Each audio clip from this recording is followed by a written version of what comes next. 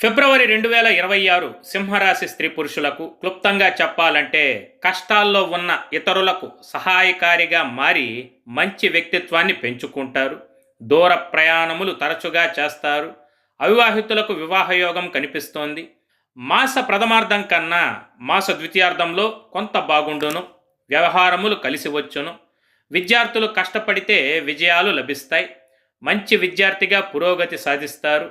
పోటీ పరీక్షల్లో ఉద్యోగ విజయం పొందుతారు. విదేశాలకు వెళ్ళే అవకాశాలు కూడా మెరుగ్గా ఉన్నాయి. భాగస్వామ్య వ్యాపారాలు బాగుంటాయి. కుటుంబ సభ్యులు కూడా మీకు చేదోడు వాదోడుగా నిలుస్తారు.